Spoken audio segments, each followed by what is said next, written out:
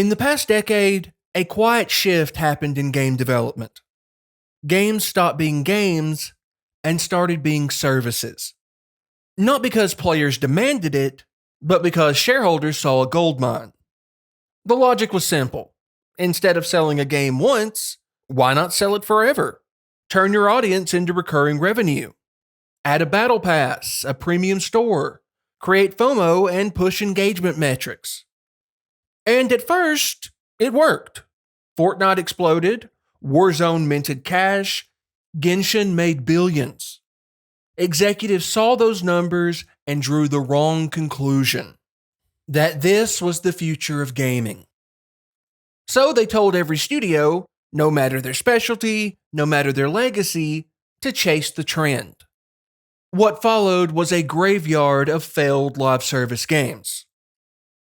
This is a video about that shift, about the pressure from investors, the games that tried and failed, and the rare successes that convinced the industry to walk straight off a cliff. In 2017, Fortnite wasn't even supposed to be a live service game.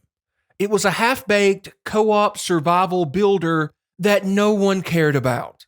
Then Epic tacked on a battle royale mode, trying to capitalize on PUBG, and everything changed. Within months, Fortnite became the biggest game on the planet, and more importantly, the most profitable. The live service model wasn't new, but this was the first time it reached mainstream dominance.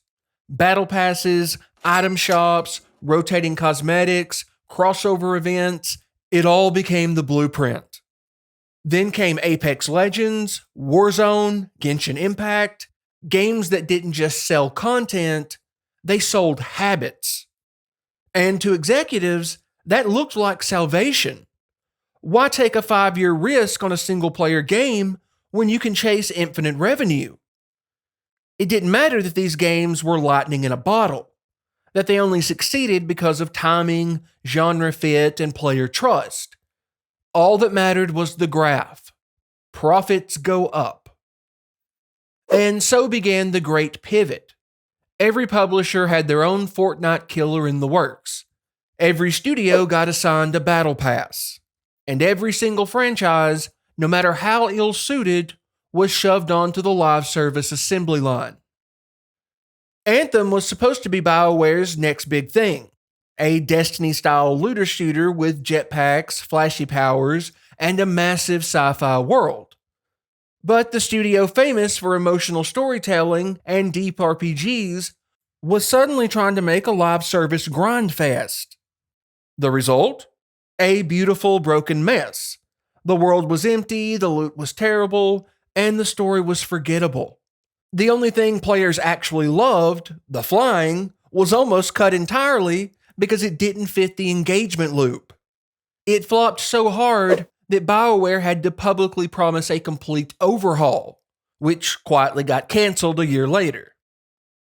Next came Babylon's Fall, a baffling live service hack and slash from Platinum Games that somehow looked and played like a PlayStation 2 game. Almost no one played it, and those who did were mostly just confused.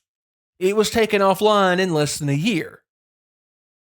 One of the saddest failures was Redfall, a co-op vampire shooter from Arcane Studios that launched as an always-online loot grind. It was empty, broken, and boring. But that's not because Arcane forgot how to make good games. This is the same studio that gave us Prey, the best immersive sim ever made. Redfall wasn't a fluke, it was a casualty. ZeniMax forced the team to pivot from a single-player design to a live service model midway through development, and the game never recovered. Suicide Squad Kill the Justice League was a similar story. Rocksteady had already been working on a single-player Suicide Squad game when executives stepped in and forced a pivot to live service to compete with Destiny 2. The problem? Leadership reportedly hadn't even played Destiny. The result was nearly a decade of wasted potential and a $200 million flop so big, it triggered a 41% drop in gaming revenue for Warner Brothers. A once legendary studio was derailed, not because they lost their edge, but because they followed orders.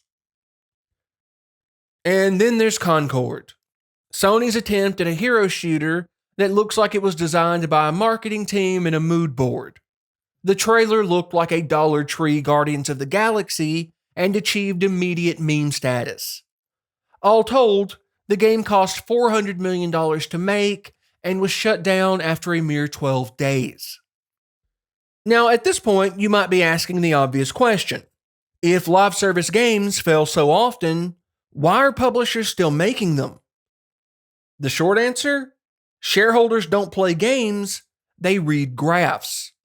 And on a graph, live service looks like magic. A single-player game spikes once, launch day, and then it's done. But a live service title? That's an ongoing revenue stream.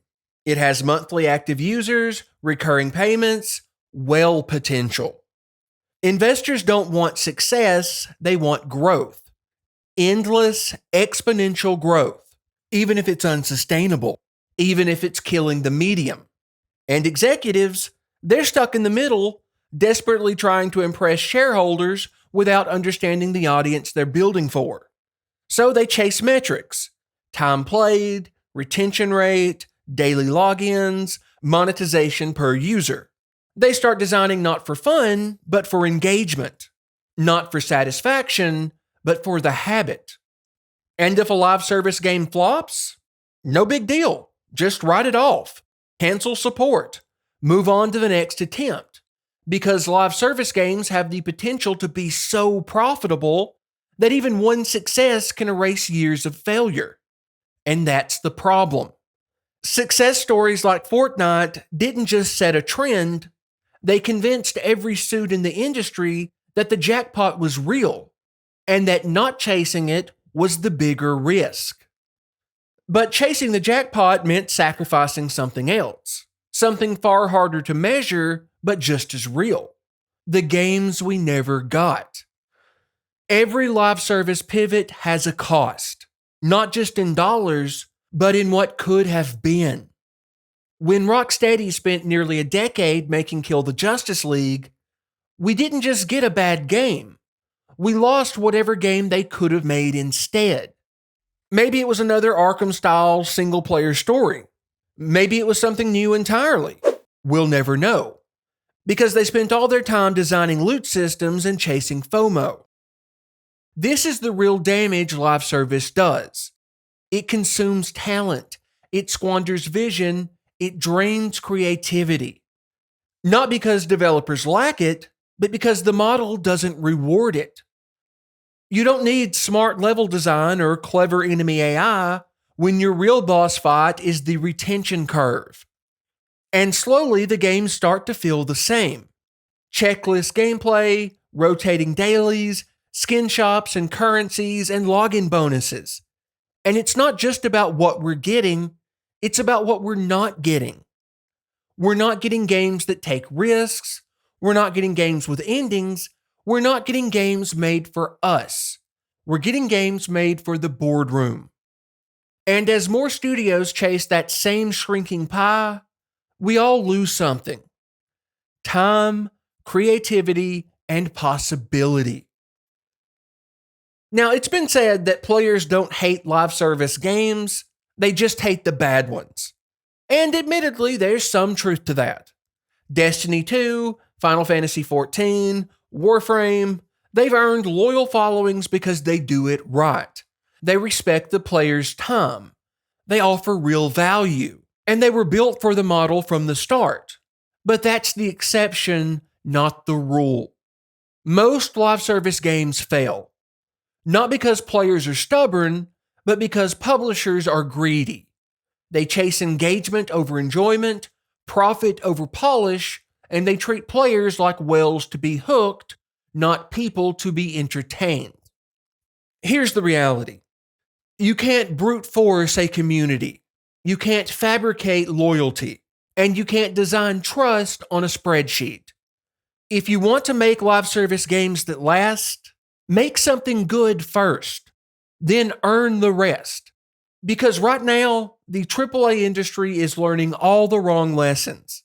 And if they don't wake up soon, They won't just lose the trend, they'll lose the players too.